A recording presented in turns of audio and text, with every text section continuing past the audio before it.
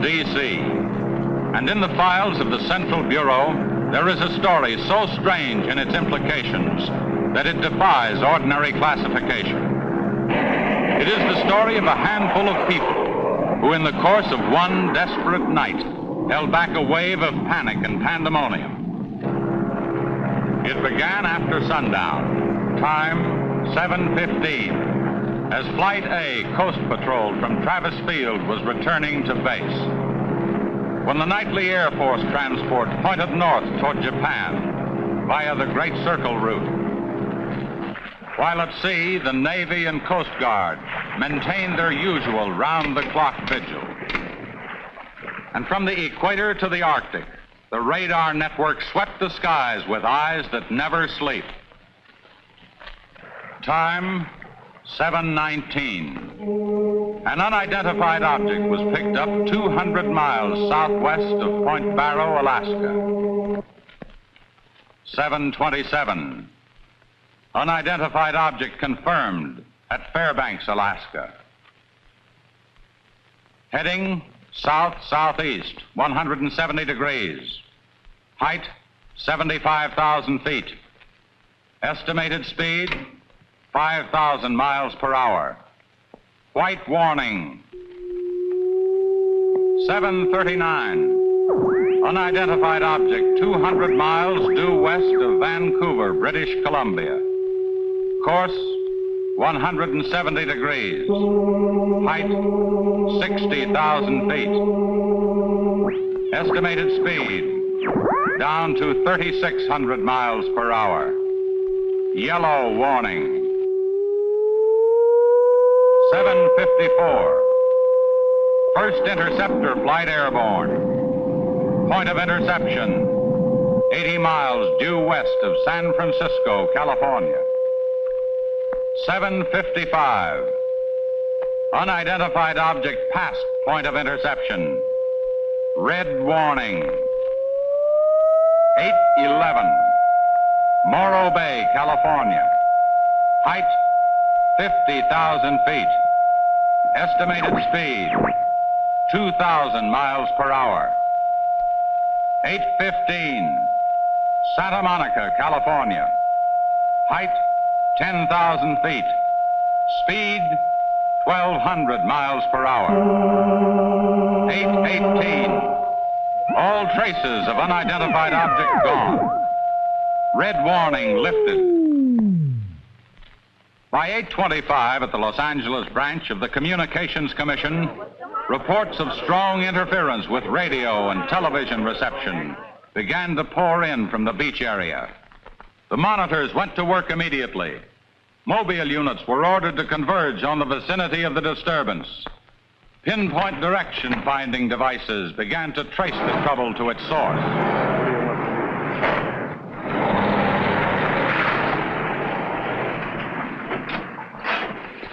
This is Mobile 1, Hazen speaking. We're at Ocean and Beacon Way, interference strength 2, bearing 27 degrees. Over. Mobile 1 from center. Roger. Over. Mobile Center from Mobile 7. Over. Go ahead, Mobile 7. This is Mobile 7. We're Pacific Center and Beach 4. Interference strength 3, bearing 39 degrees. Over. This is Mobile Center. Roger. Stand by. Mobile 1 and Mobile 7. From Mobile Center, point of interception estimated 3 miles north of surf. Repeat, 3 miles north of surf. Acknowledge. This is Mobile 7. Roger. Mobile 1, Roger. Mobile 7. Roger. We're going out. Okay, Charlie, let's get moving.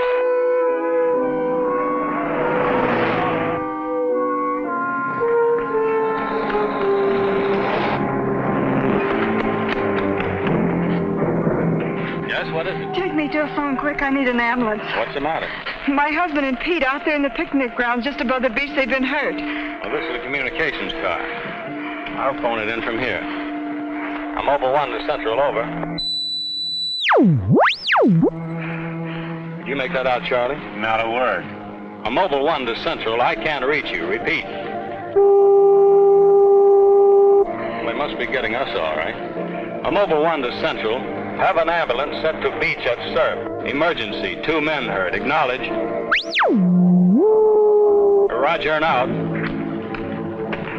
I'm sure they'll be here soon now. Tell us what happened. Oh, this man, he just kept coming at us. It was awful. Who? I don't know. He was wearing a suit like a diver. Hurry, please. They're hurt. Charlie, you better wait here. I'll go down and take a look.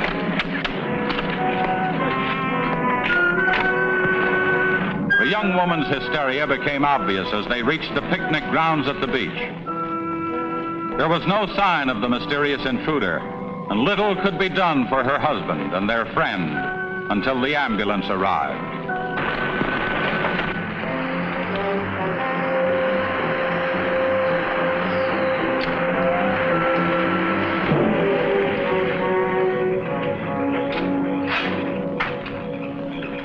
Oh, so you beat us to it. Not exactly. A dame waved us down. There's been some trouble in the picnic grounds. I thought I saw an ambulance down there when I came around the bend. Yeah, we had a job calling for it. Couldn't reach Central. That figures. Reception's dead in the whole area. I haven't been able to read them for the last 10 minutes. We must be pretty close to the center of the interference right now. How do you figure it? Let me see the chart. There it is. At Pacific Palisades, she read 123.5. Then she went down to 88.2 at the junction. Should make it 45 even here. Well, not quite. I've got 44.7. I'll check it again. Hi, fellas. How are you doing? Oh, we're just taking another reading now. What happened down there? The police took the girl and one of the guys to the station. What about the other one? Well, he's on the way to the morgue. That was her husband. You're right on the button, Charlie. 44.7. Report back to Central if you find anything else. Charlie, grab that portable and check the beach, will you? Got it right here. I'll pick you up right here in about an hour. Where are you going? Police asked me to drop by the station and sign a report. I'll see you later. If you don't, you know where to look for the body.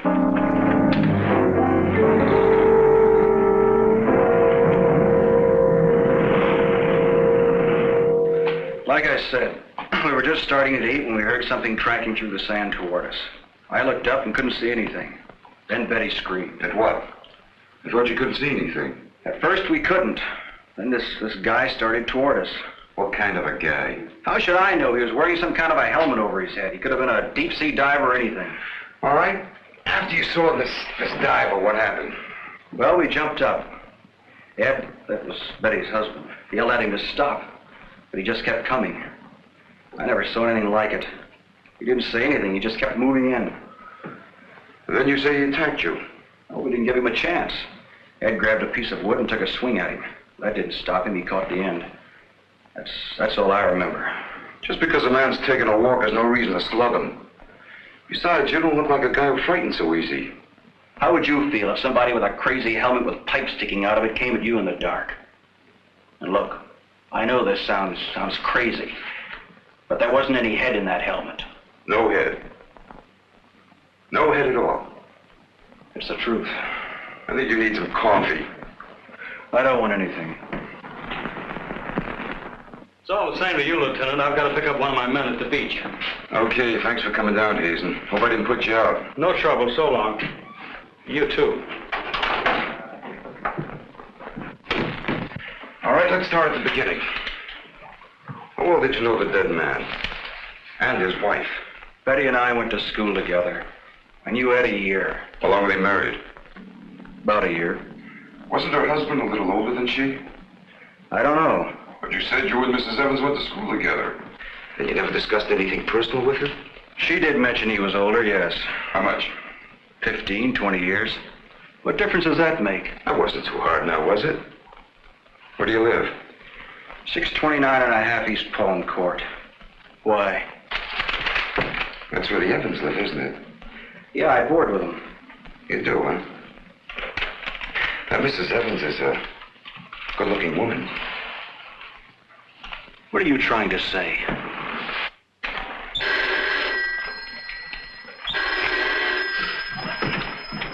Lieutenant Bowers. Where? Yeah, I got it. I'll leave right away. Ain't been another murder. Another beach. Keep an eye on this guy until I get back. What are you... You'll stay right where you are. At least until Mrs. Evans feels well enough to talk. What do you want from her? Oh, I just want to see if your story checks with hers. After all, you went to school together, remember?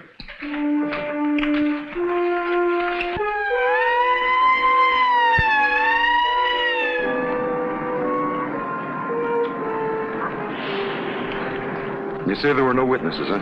None yet. Anything missing? I don't think so. The cash register wasn't touched. Get a breakdown of the inventory as soon as you can. What about fingerprints? The boys are working on them now.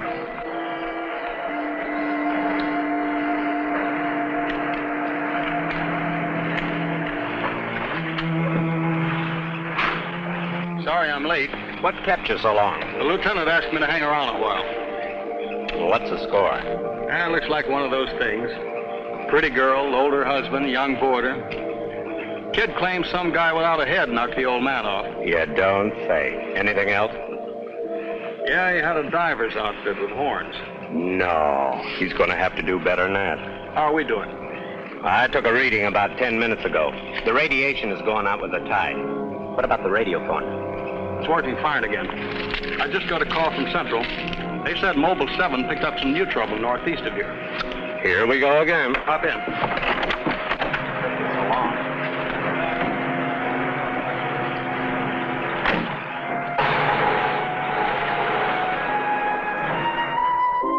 Who reported this murder?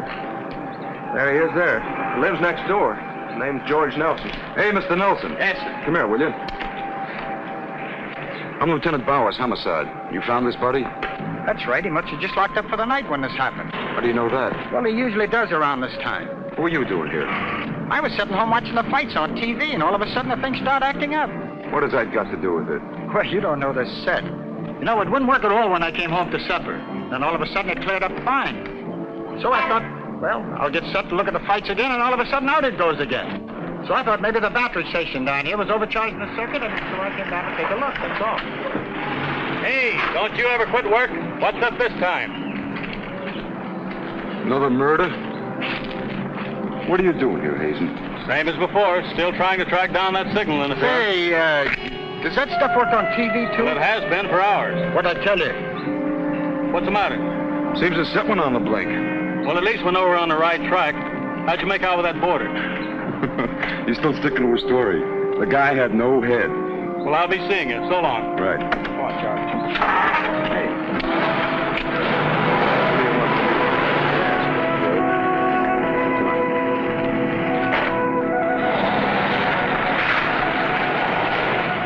And so the communications team resumed its mission to track the mysterious interference to its source. Via accurate readings taken at regular intervals by stationary and mobile units, it was determined that the disturbance was moving in a northeasterly direction. By 10:34, Mobile Center had pinpointed the disturbance at the edge of the Huntington oil fields. Units 1 and 7 were instructed to close in.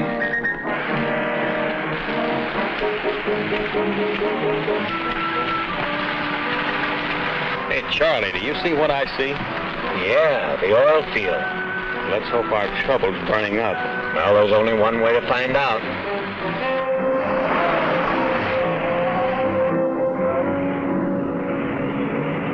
Look, Sarge. 2 murders and an explosion in one precinct is big news. Now, come on, you can't pin it all on the young boarder. Or can you? Very funny. Yeah? I'm Hazen of the Communications Commission. Oh, the lieutenant's waiting for you. Thank you. There's a wheel. You heard the man, Communications Commission. Oh, hello, Hazen. Hope you didn't mind leaving your job long enough to come down here. As a matter of fact, I needed a break. We've been on the go since sundown. I'll bet you'd like a cup of coffee. You got a deal. Here. Thanks. Right. What's on your mind? Well, it's just a hunch, but let me show you something. First, right here tonight, a murder was committed at the beach. You were on the scene before I even knew about it. Go on. Right after that, there was another murder, right here. And we bumped into each other again, right? Yep. Now, I just got back from the oil field. Here, there was a big explosion. And I saw one of your units cruising around. That was number 7. I got there a little later. What are you driving at? I don't know yet. Hazen, is it possible that our work and your work might be related in some way? Maybe. Let me follow you down the line. We'll add it up together. Good idea.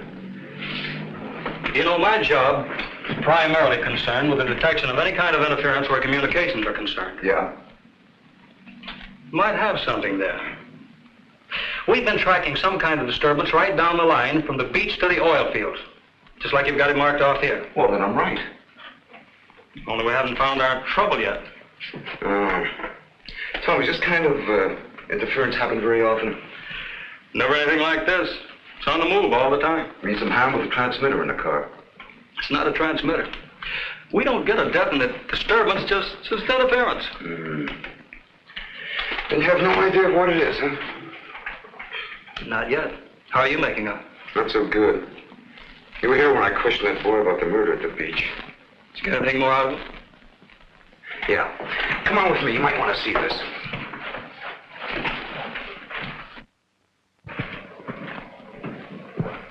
I see you're just about done. Thanks, you can go now.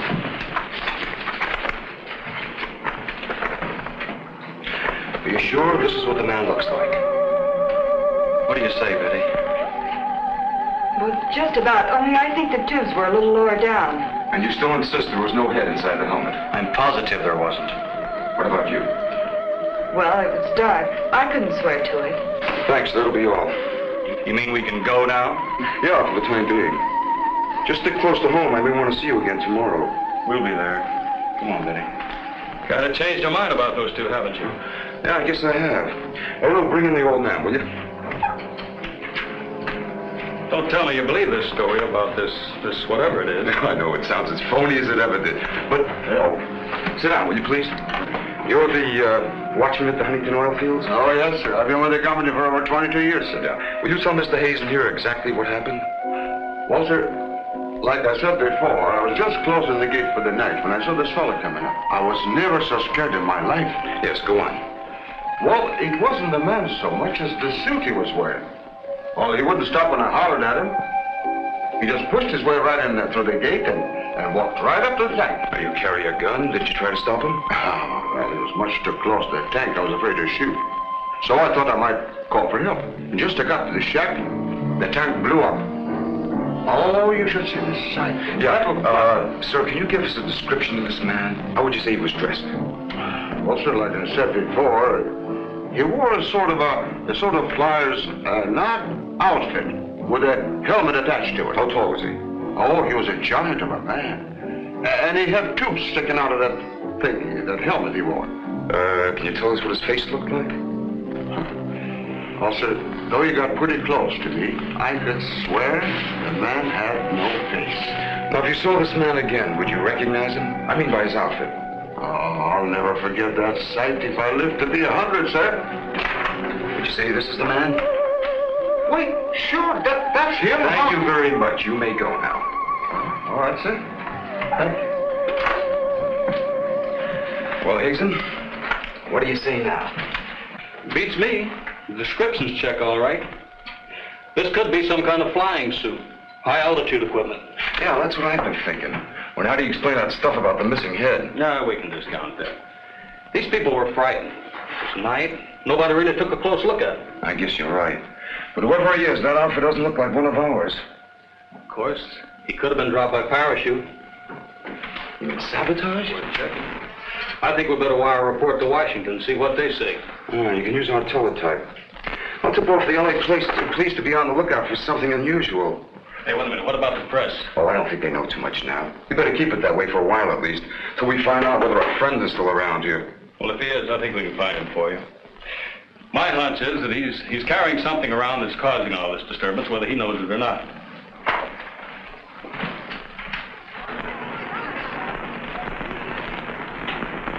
Yeah. Kill that page 1 lead. They let the boarder and the girl go. How do I know? Maybe the lieutenant thinks that the guy in a flying suit knocked off the husband. Nah. No, not a chance. Not a chance of an exclusive on that picture.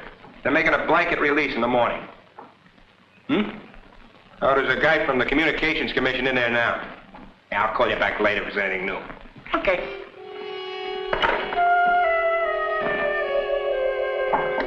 Come in. Sorry to interrupt you, Lieutenant. Yeah, what is it, Jim? There's a teletype cam for you. Oh, thanks, Jim. We're waiting for it. That was fast. Well, here's our answer. Looks like they never sleep in Washington. Says to contact a Major Andrews, care of Dr. Wyatt, director of the Griffith Institute. Hey, it's kind of late. Yeah, I'll give him a call. While you're at it, I'll go out the car and check in with Central. Okay.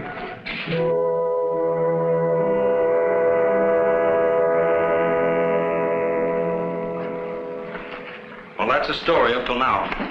We got in touch with Washington. They told us to contact you here.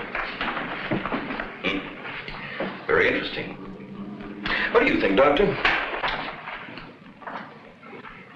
When I see something like this, I understand why you gentlemen might have thought sabotage was involved. Lieutenant, are you sure there were no traces of this saboteur, this X-man, found after the explosion in the oil field? Fire department went over every inch of the area. Didn't come up with a thing. Well, then there's a strong possibility that he might have perished in the explosion itself. I doubt that. We're pretty well convinced this man is carrying something that's responsible for all the signal interference. According to the last report I got, there was a definite disturbance about 3 miles east of the oil fields, sometime after the explosion. Well, then if he's alive, you should be able to keep an accurate check of his whereabouts. Not that easy. As a matter of fact, we lost contact about 3/4 of an hour ago. Maybe you realized you were trailing him and got rid of whatever he had that was causing the disturbance. In that case, there's nothing much my department can do to help you. I guess it's up to us. Unless you have some suggestions. Well, let me think out loud for a minute. It might just be that what we've been talking about so far, and this phantom, as we'll call him, ties in with what the doctor and I have been discussing. That is very possible. I don't know whether you know it or not, but somewhere around 7:30 this evening, our radar networks picked up an unidentified object off Point Barrow, Alaska. They traced it clear down to Santa Monica before they lost it. Santa Monica? That's where we first picked up our radio interference. Yeah, right at the scene of the murder. Well, then, if all these things tally up, we've got some idea of how our man got here. You mean that he came in some plane? In that case, somebody would have seen it land and take off again. Or did it crash? No. No, we don't think it was a plane. No rocket or jet that has been built so far can attain the speeds of 5,000 miles an hour, particularly for such a great distance. And maybe we're on the wrong track altogether. Couldn't your unidentified object have been a meteor? They travel at a terrific speed. Yes, fast enough for most of them to burn themselves out the moment they hit the Earth's atmosphere. And did it occur to you that meteors are not very likely to travel horizontally, all the way from the North Pole to California? Well, if it wasn't a meteor, or a flying missile of some type, how do you figure this phantom ties in? We're not sure that he does. I don't care what you say, but it doesn't make sense to me. Anybody trained in sabotage would stay undercover. This guy's walking around in a monkey suit, killing people. Excuse me, Dr. Wyatt. Is there Lieutenant Bowers in here? Oh, yes. What is it, miss? There's a Mr. Wakeman from the Chronicle here to see you. Wakeman here? Now, what does he want? Well, there's only one way to find out. Before you go, Lieutenant, I don't believe you have met my assistant, Barbara Randall. Well, hello. Hello. It's Mrs. Randall, Lieutenant. I'll be right back. Barbara, you know the Major? Of course. And this is Mr. The Communications Commission. How do you do? Well, I see you are working a little later tonight than usual. Yes, my husband's teaching a late class, and he won't be able to pick me up for a while. Besides, I had some work to do in the lab. Well, at least you'll have lots of company. All right. So I shouldn't have come up here. But I gotta get your angle on this Beach murder. And your whole department is shut up. Look, Wakeman, will you stop bothering me? There's nothing to say. If you got an exclusive story from that Evans Damon or Board, then you know as much as I do. Yeah, but that still doesn't explain anything about the guy without a head. Come on. Who is it? Your guess is as good as mine. You mean you let those two kids go without knowing that? I don't buy it. Well, I did. Well, then you must have an awful good reason. I bet you're trying to tie it in with that other murder. All right, Lieutenant. Don't tell me. I'll get my story somehow. Oh, if you want to know how things turn out, read the Chronicle in the morning. That's right. Now get in touch with Charlie in Mobile 1 and have him call for me here. Well, did you come up with anything? No, we're just briefing Barbara here. It's just amazing the way you've been able to put these things together. Don't kid yourself, Mrs. Randall. It seems the press knows as much about it as we do. Well, let's hope they don't come to the same conclusions. A few lurid headlines, and every fool in the country will be seeing phantoms in spacesuits and men from Mars all over the place. Yes, I can imagine. And mass hysteria is difficult to check once it gets started. That's why we've got to move fast. Well, from the looks of things, I guess it's up to me. I'll be in touch with you as soon as I hear anything. See you. By 12:30 a.m., the dragnet was in operation.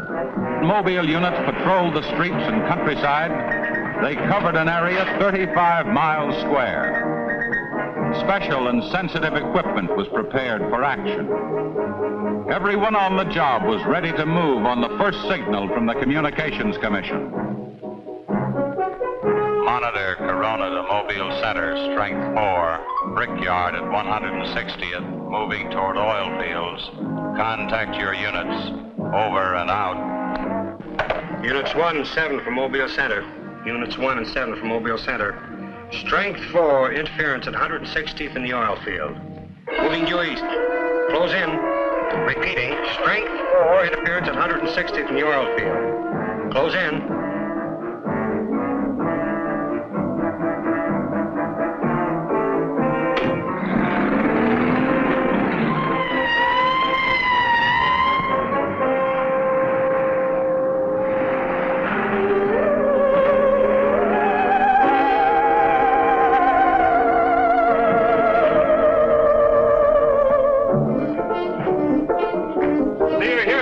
Just got here, trying to set this up.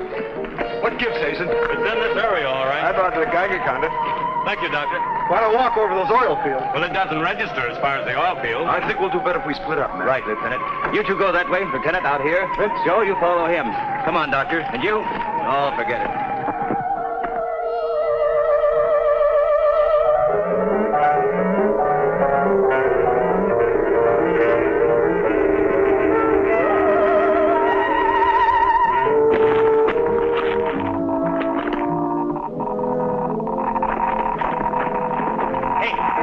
Look at this. Yeah, points this way. Hey, Joe! Joe!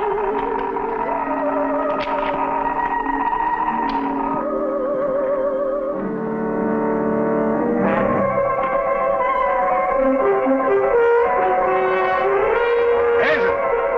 Hey, Hazen! 603! Going strong. That's it, Doctor.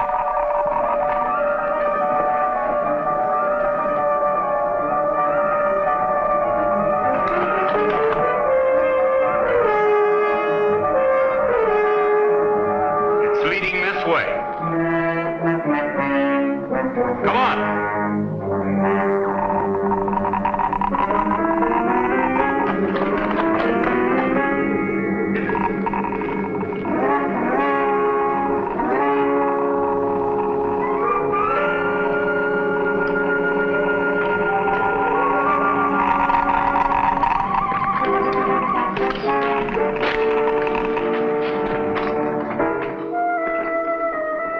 It's this way. Come on.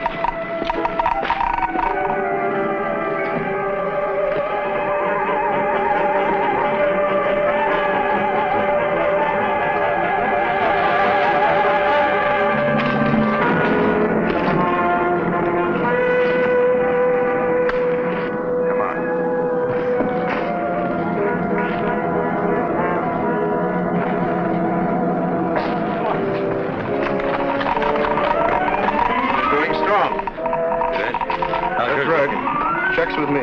Sure does. He's here. We saw him. There he goes. Come on!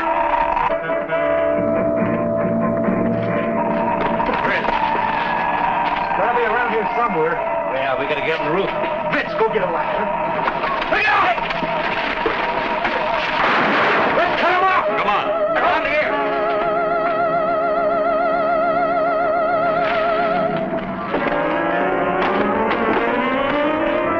Anybody see him? There he is.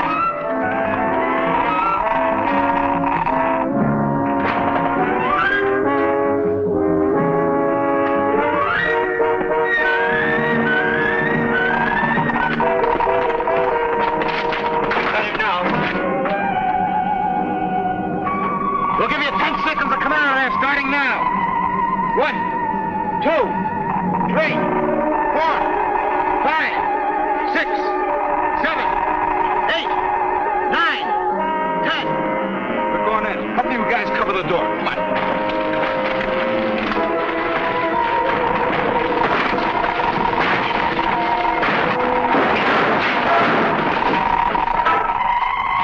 There's nobody in here. Possible. We saw him come in. So maybe he went out of the window.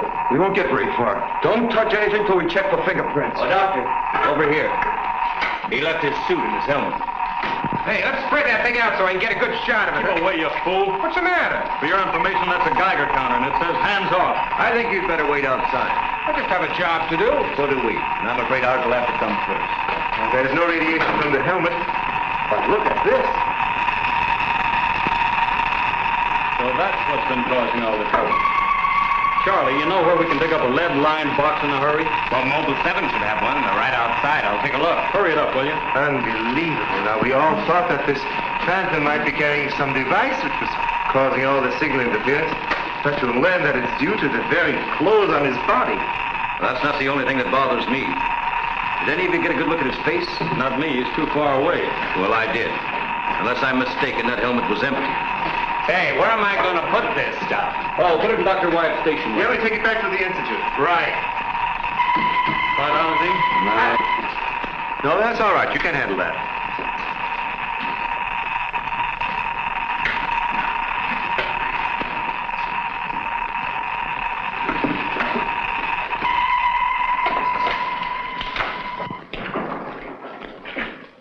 Any luck? Not a sign of him. The boys are still searching the grounds. For what? Nobody knows what he looks like without that outfit. I'll bet on that, Major. The reporter got a flash picture of him, and I just happened to borrow that film. It's on its way to headquarters right now to be developed. Good. Send us a print as soon as you can. Sure. Lieutenant, are you sure you don't want to come with us? We want to make a few tests at the lab. I'd like to, Doctor. But you know the situation. I gotta get that guy. Let me know how you make out, will you? Yeah, we'll do that, sure.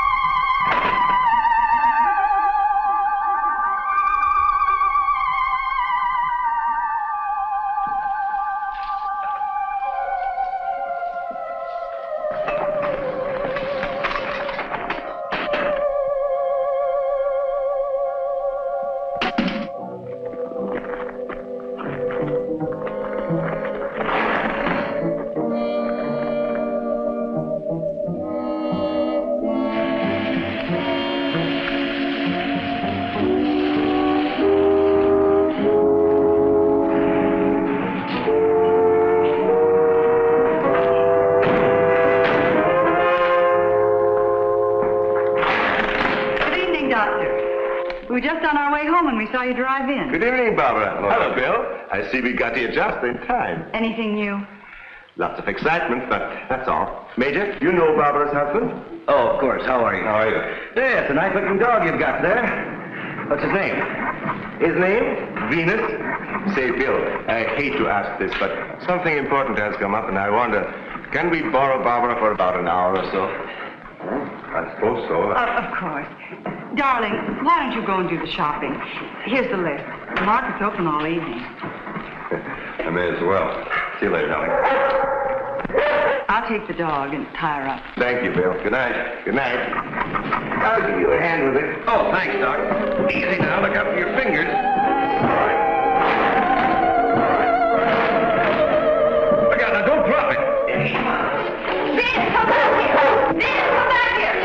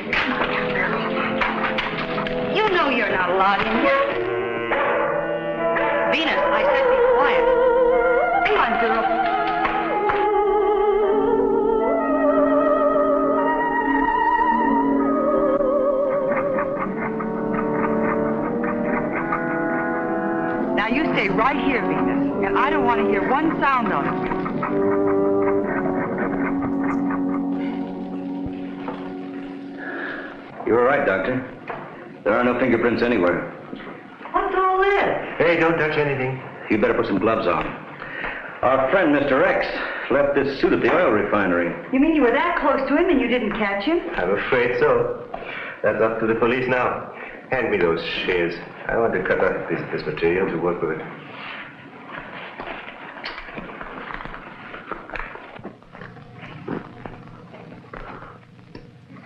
Hey, you better have those sharpened. But I just bought them. Well, here, try this knife.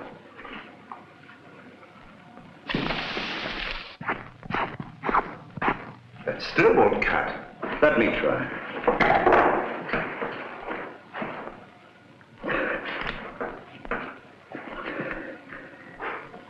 This stuff is tougher than nylon. Why don't I try it over a Bunsen burner?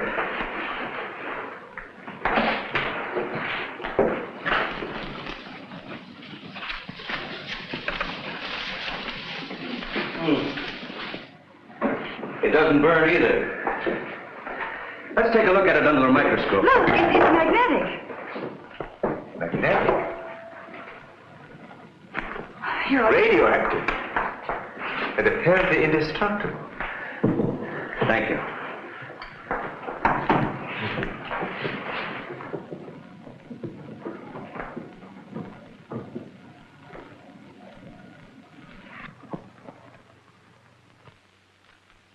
What's the matter? You tell me. Take a look at that weed.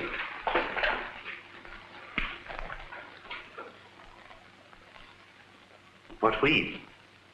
There is none. This material is one solid mass. May I see it?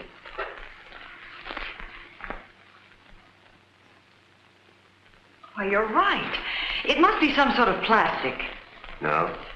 I'd say it's a metallic substance of some kind. Well, I've seen a lot of interesting alloys, but never anything like this. Let's try an acid test. All right. Go ahead.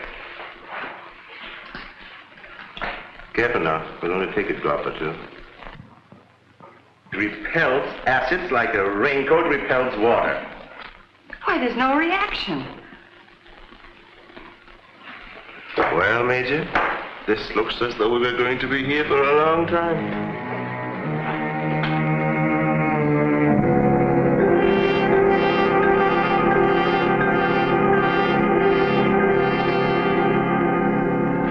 Now we have it.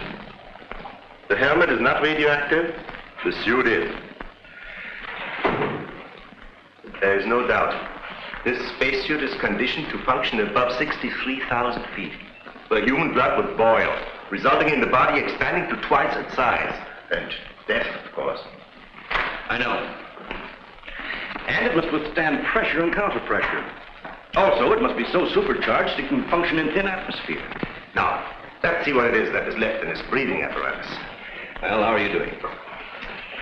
The gas from the helmet tank breaks down to 11% methane. Ordinary marsh gas? What's the rest of the formula? No, that's where I'm stuck. I can't figure it out. It just doesn't respond to any of the usual tests. Well, how could anyone exist on that combination of gases? You and I couldn't, but apparently someone can. Oh, Doctor, are you trying to say that our X-Man doesn't breathe oxygen and hasn't the metabolism of a normal human? I really don't know. From what we've seen, he has some physical characteristics which make him appear human. But added to them is this fabulous radioactivity that none of us could stand. I am puzzled.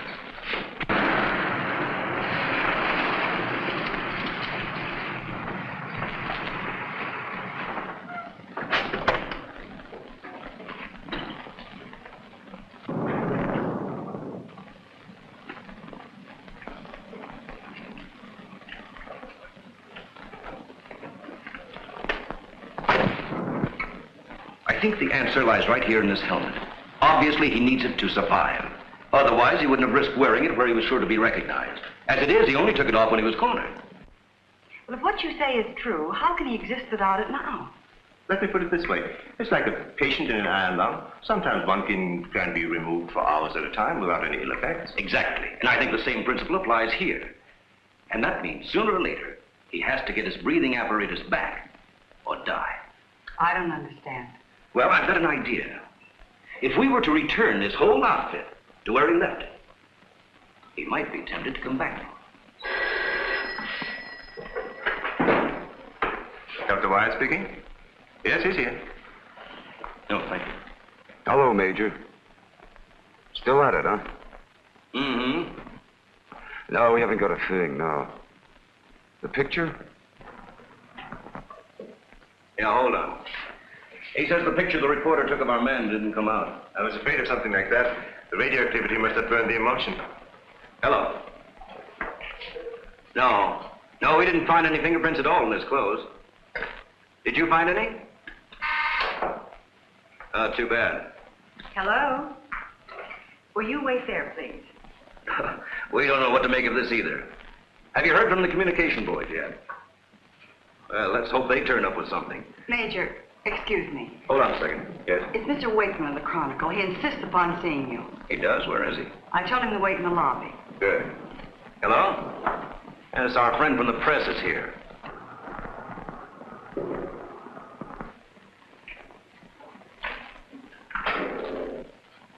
Don't worry, I wouldn't dare let anyone in on anything. At least not till we get something concrete. Right. All right, I'll see you later. Well, I guess I'd better see this newspaper man. Want to come along, Doctor? I think I will.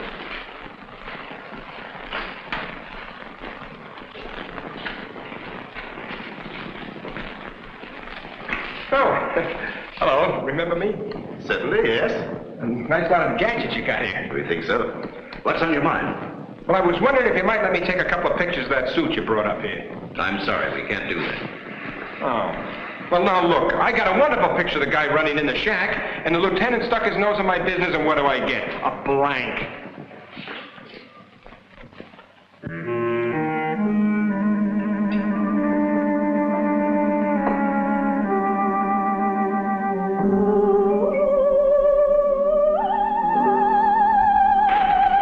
Is that you, Doctor?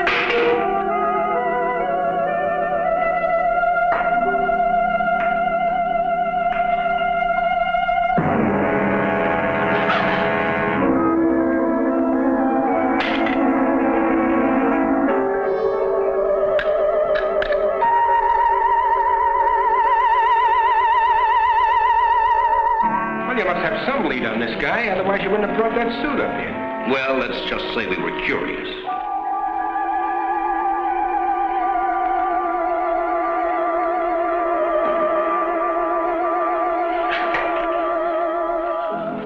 Hello, Bill.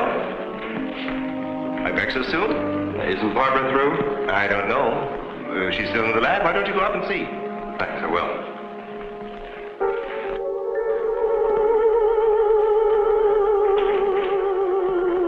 Barbara? Barbara, are you in there? Bill, listen to me. I'm not alone. Someone is in here with me. I can't see him. He locked the door and has the key. I'll break the door down. No, Bill, don't, please. You gotta get help. You mean I'd come all the way up here for nothing? I'm afraid so. Good night. Yes. Good night, Mr. Wakeman. Good night.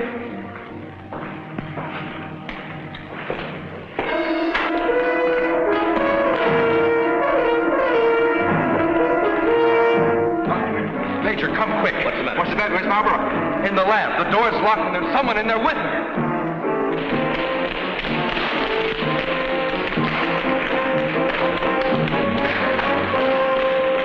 I thought you said the door was locked. It was. She's gone. Oh, cover the main entrance. That's the only way anybody could leave. I will. Well, in that case, we would have seen her on our way up. Well, then she must still be in the building. We'd better split up. I'll take the roof. Barbara! Barbara! Barbara!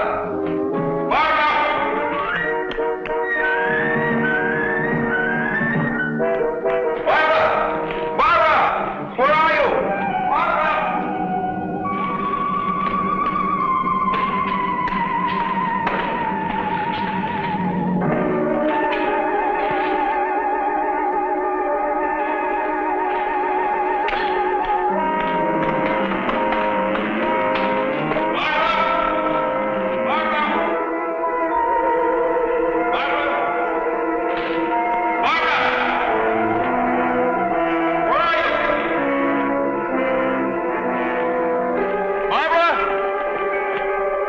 Barbara! Barbara! Where are you? Barbara!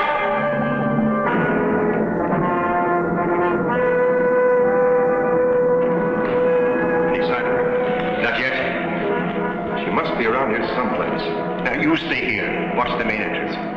And I'll check the basement. All right.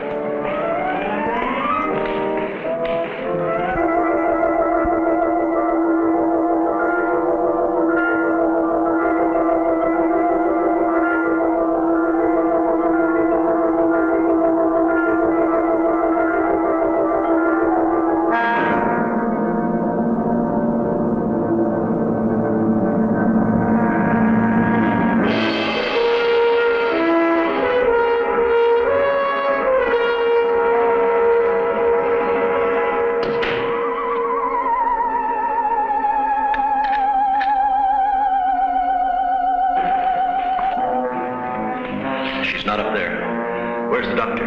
He went down to the basement. Here he comes. You didn't find her? No. I'd better call the police. But there's no telling what could happen to her in the meantime. Now, take it easy. We're doing the best we can. But she said she was locked in, and she couldn't see who did it. Can you explain that? No. Not yet.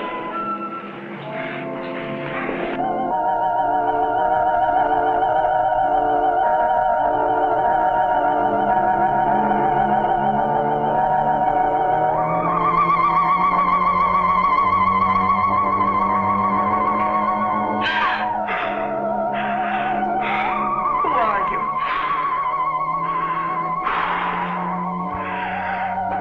Don't come near me. I'm warning you, don't come near me.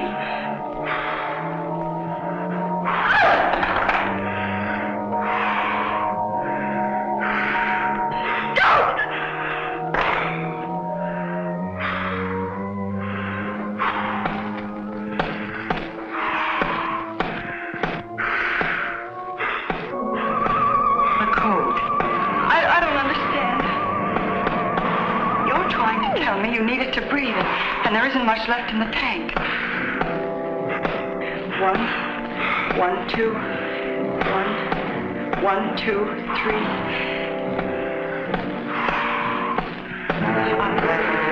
I'll write it down.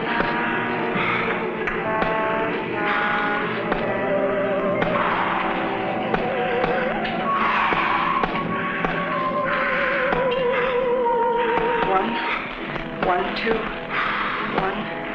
2, 3.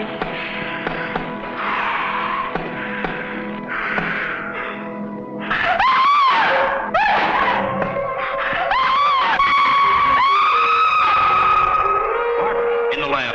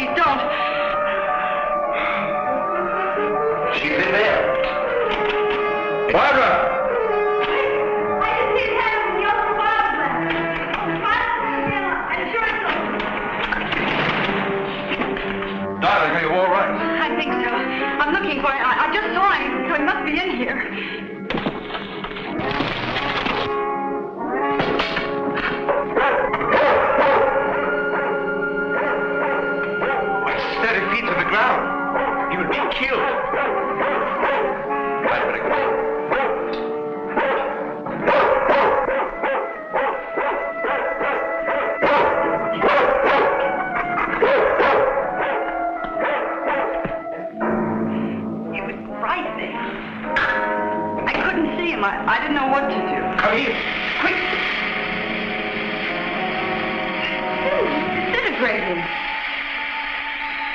This is amazing.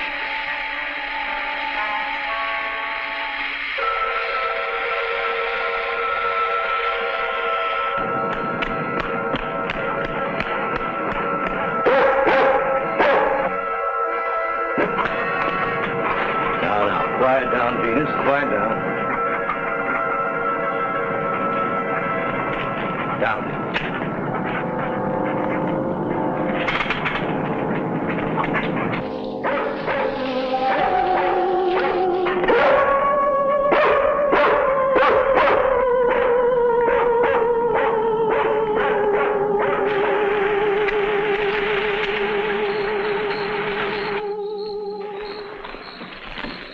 Mobile Center from Mobile 1, come in, please.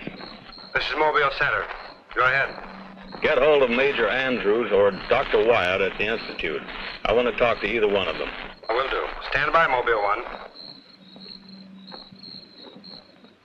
Dr. Wyatt speaking.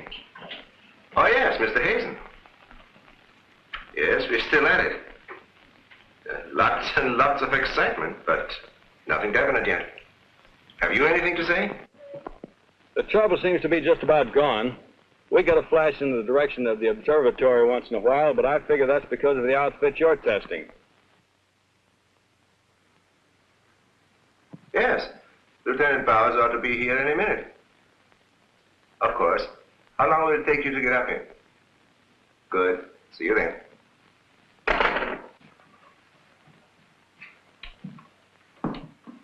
Thank you, gentlemen. Put it down here, please. Barbara, would you mind plugging that cord in over there? Now you're going to see something very interesting. I have to resort to ultraviolet light in order to show you what little there is left of the spacesuit. As you can see, it has reduced itself to this liquid and it is in an evaporating stage. The helmet is in the lab and still intact.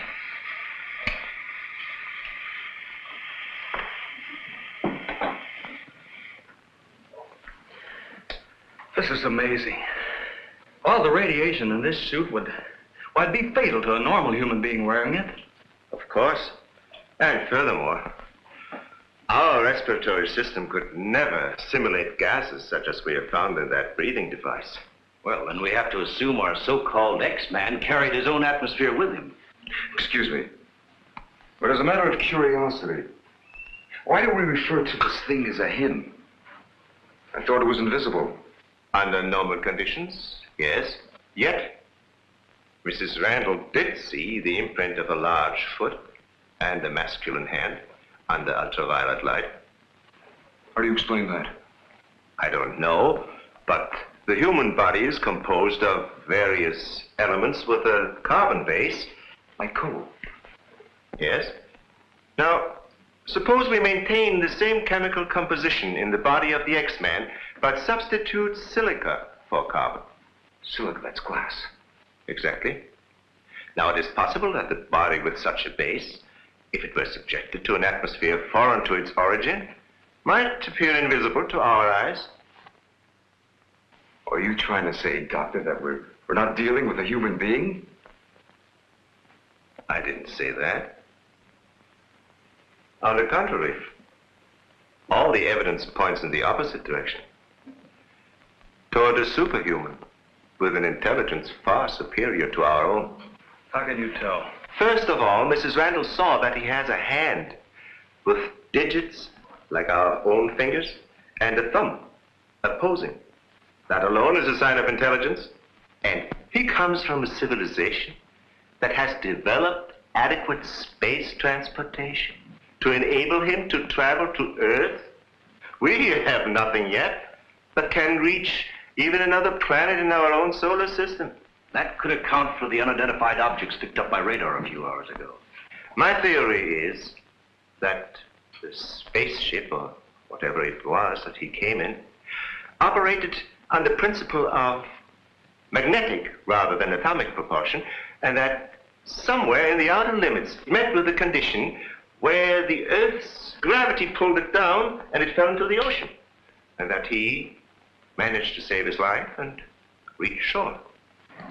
You can pick up any type of communications interference, no matter how weak the signal may be. Sure thing. We were on his trail from the minute he left the beach. I never knew you carried such sensitive instruments in your car.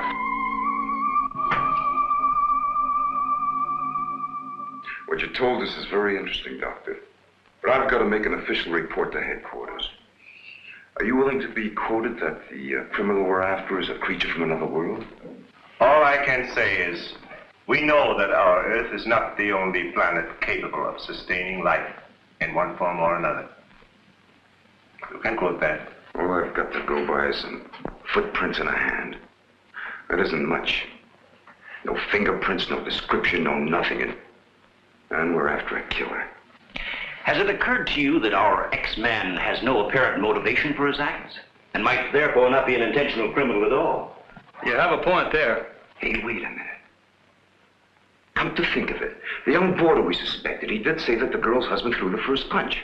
So? So that could have been enough to provoke the strange creature. And the same could have happened at the second murder. Sure. But what about the fire in the oil fields? Evidently, our man sensed the presence of some gases, which he thought might be utilized in his breathing apparatus. Yeah, that could account for his presence at the oil refineries, where something went wrong, causing the explosion. Too bad he got wise to us and took off his uniform, or we'd have been able to catch up with him by now.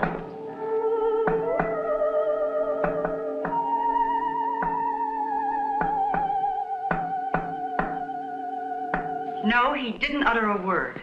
But I'm convinced he was trying to convey a message to me. He kept tapping out a code. I wrote it down. Let me see that, please. Doesn't make sense. Well, it may be based on some mathematical system we know nothing about. But he was trying to tell us something. Why did he run away?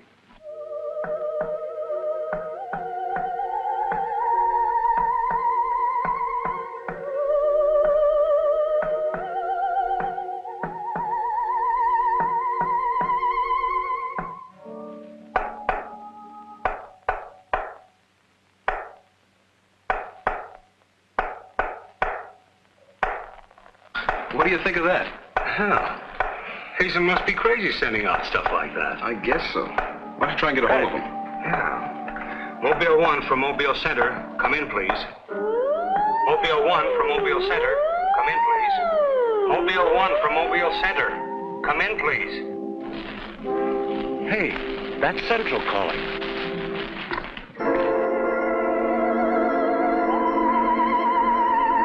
You better stay here by the car. I'll go tell Hazen. Yes, Colonel Powell. Of course, I'll mail you a complete report first thing in the morning. Yes, sir, thank you. Oh, and I'm awfully sorry to disturb you so late at night. Right, good night, sir. He's around here, this invisible guy. He was in the car. How do you know? I was talking to Randall outside when I heard Central calling. Before I could get over to answer, I saw the door open and shut by itself. He's desperate. For all we know, he could be trying to send a distress signal to his home base, wherever that is. Well, let's hope he doesn't get through. We've got enough problems with just one of those guys. Well, at least we know he's surrounded the vicinity, and it's obvious what keeps him around. Of course. He's got to come back for what little gas there is left in his helmet. And when he does... Oh, please, the most important thing is to take him alive. If we can only make each other understand, there's no telling how much science can profit. I'll go along with that, Doctor. But I've got to make sure that once he's cornered, I'll be able to hang on to him. I think we're all agreed on that. All right, good. Then we must see it from his angle. He's in an alien world. No doubt we are as frightening to him as he is to us. Now, the most important thing, then, is to keep calm at all costs and do nothing to provoke him. Immediately, a simple plan to trap the Phantom went into operation. All obstacles to his entry were removed. To erase any possible suspicion, the doors were left unguarded, and inconspicuous electric eye equipment was set up. All this was connected to a makeshift control board, which would immediately signal the exact location of the trespasser. Now, there was nothing to do but wait. The one road leading to the Institute was blocked off to make certain no outsider would upset the plans or interfere in any way. What's the big idea? Sorry, nobody's allowed through here. Who says so? Lieutenant Bauer's orders. Oh, is he up there? He might be. Well, you get word to him that Joe Wakeman of the Chronicle is here. Sorry, Bud, I can't leave. Oh, what about them over there? Hey, you over there. Me? Yeah. Aren't you the guy from the communications outfit? Didn't I see you down at the oil fields a couple hours ago? What of it? You got anything to do with this? Well, you'll have to ask Lieutenant Bowers about that. How can I if he won't see me? That's a good question.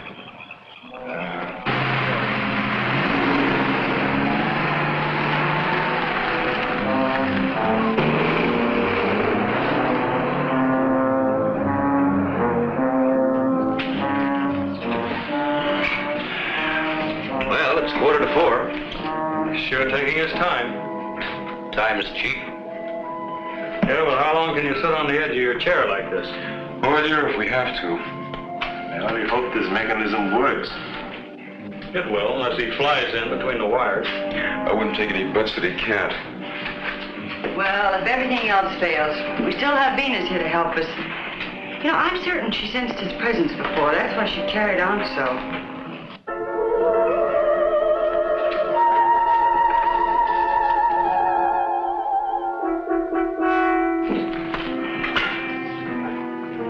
What's the matter, Lieutenant? Is this thing getting you?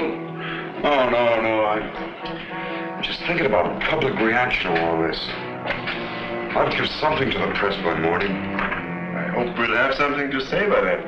Oh, by the way, when and if he does show up, Barbara, you run over to the lab and keep an eye on that gas tank at the helmet. I understand. Good. And I'll take one ultraviolet lamp, and you take the other. Don't forget.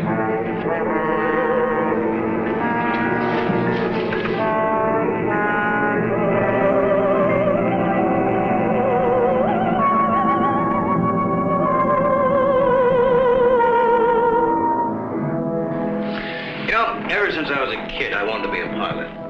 Then after I got my wings and had 75 missions, I thought I'd seen everything. Now, after all this, I know I haven't seen anything. He's here. The back entrance. Let's head him off. No, take it easy. Don't crash.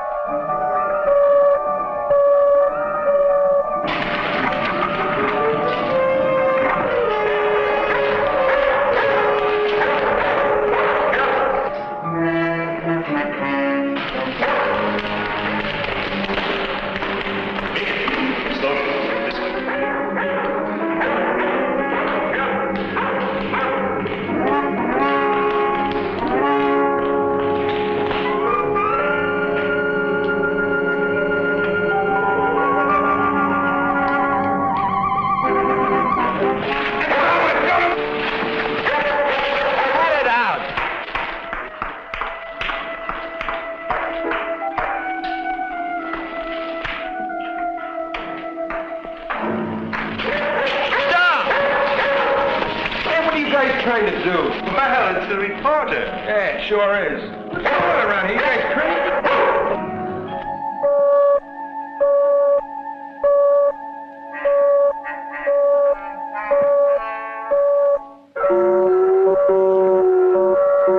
How'd you get in here?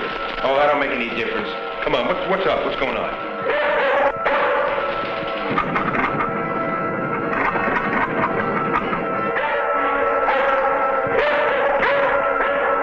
Lieutenant, you better tell him. I'll reset the wires.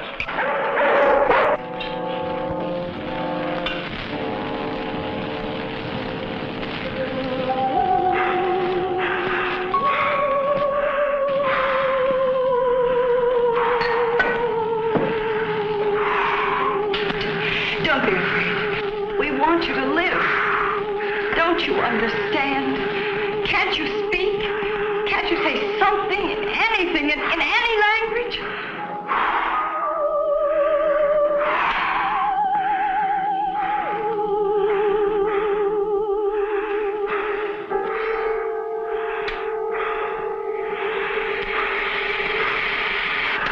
Listen, everybody. He's in the lab with me now. He's in the lab with me now. Venus, be quiet. The The door's unlocked. Hurry, he's having trouble breathing. I don't think he can last much longer. And please, don't let Venus get at him. And walk in quietly. Quiet, Venus.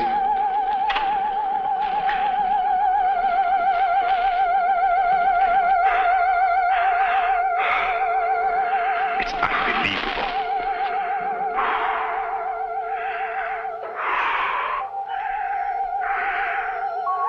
You see, there's nothing to be afraid of. Nobody wants to hurt you. I've tried to reason with him. I feel he understands, but he can't speak. Wait a minute, I'll try his code. I think I remember it right.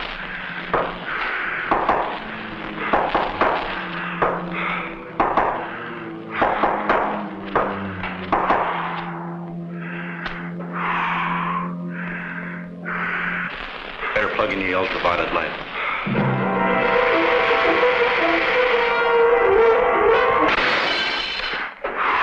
Oh, you scared him.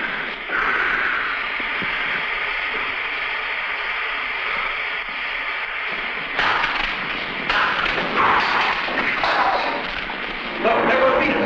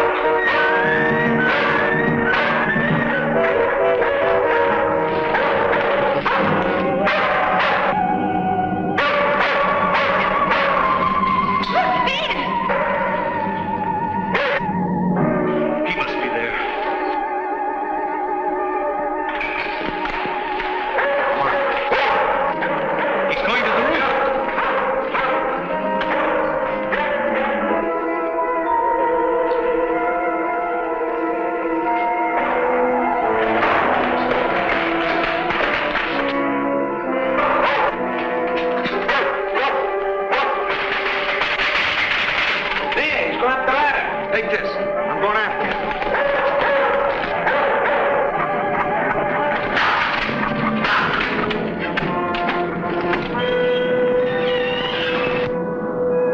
The door. In here by the big telescope.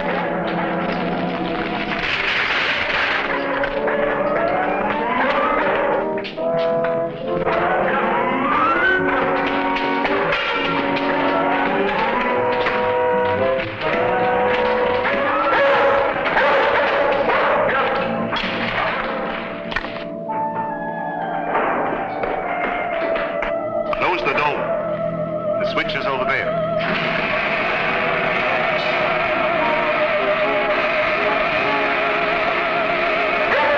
Smoke senses something. Quiet, Venus. Well, if he's in here, he'll never get out now. Door is closed. This is what I've been waiting for. Please, Lieutenant. This is our last chance. We have to take him alive. Plug in the lamps. There's an outlet here.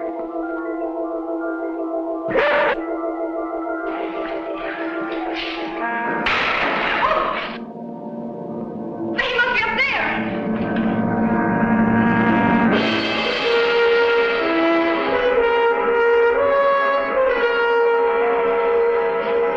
His whole body's gone. If I hadn't seen this with my own eyes. What do we do now? Stand back.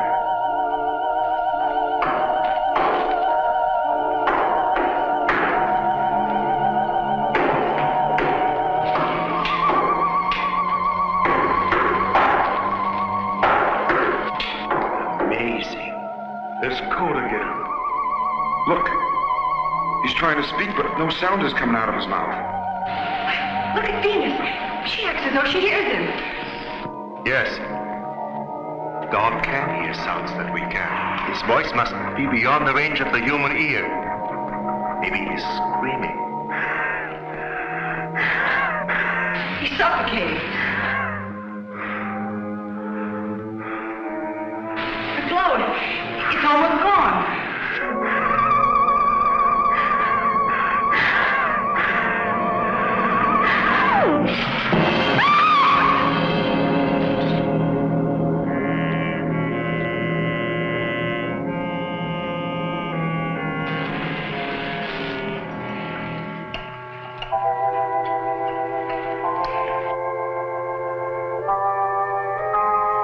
He won't need these lights anymore.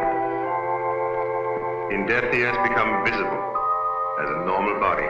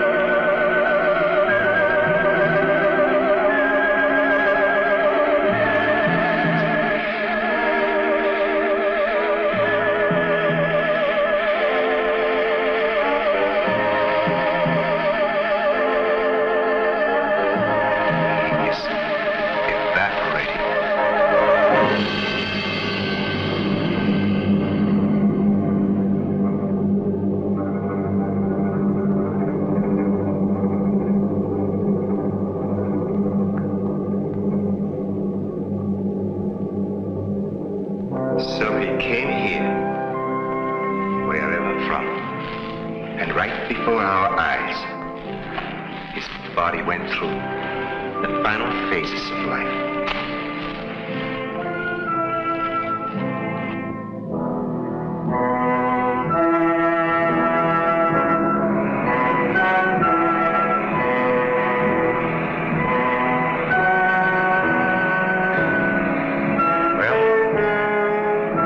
It's morning.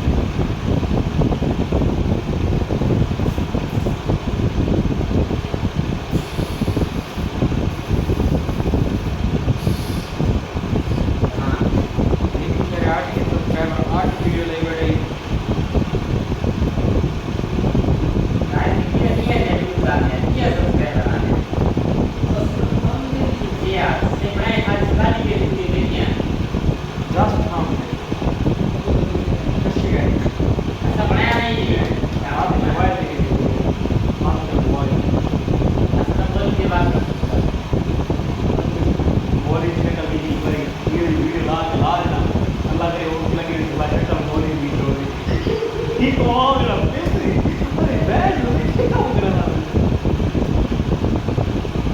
या idea बस copy करना चाहिए यार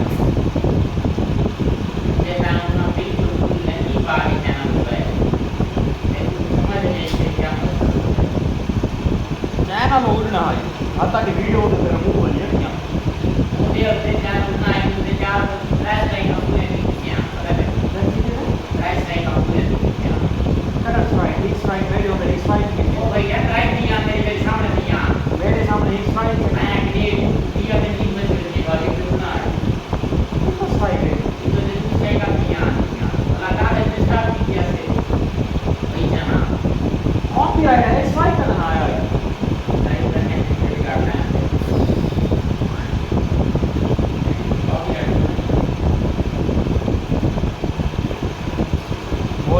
प्यास लगी बैठी थी तब कुछ पानी फूट की बने जगह यानी प्यास बड़ी लगी बैठी क्या हाल है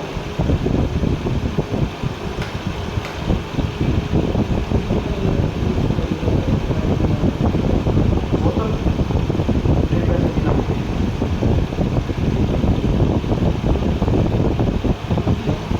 तेरा गाँव के अलावा नहीं देना गाँव कर नहीं देना ना मैं पता है ना गाँव करूँ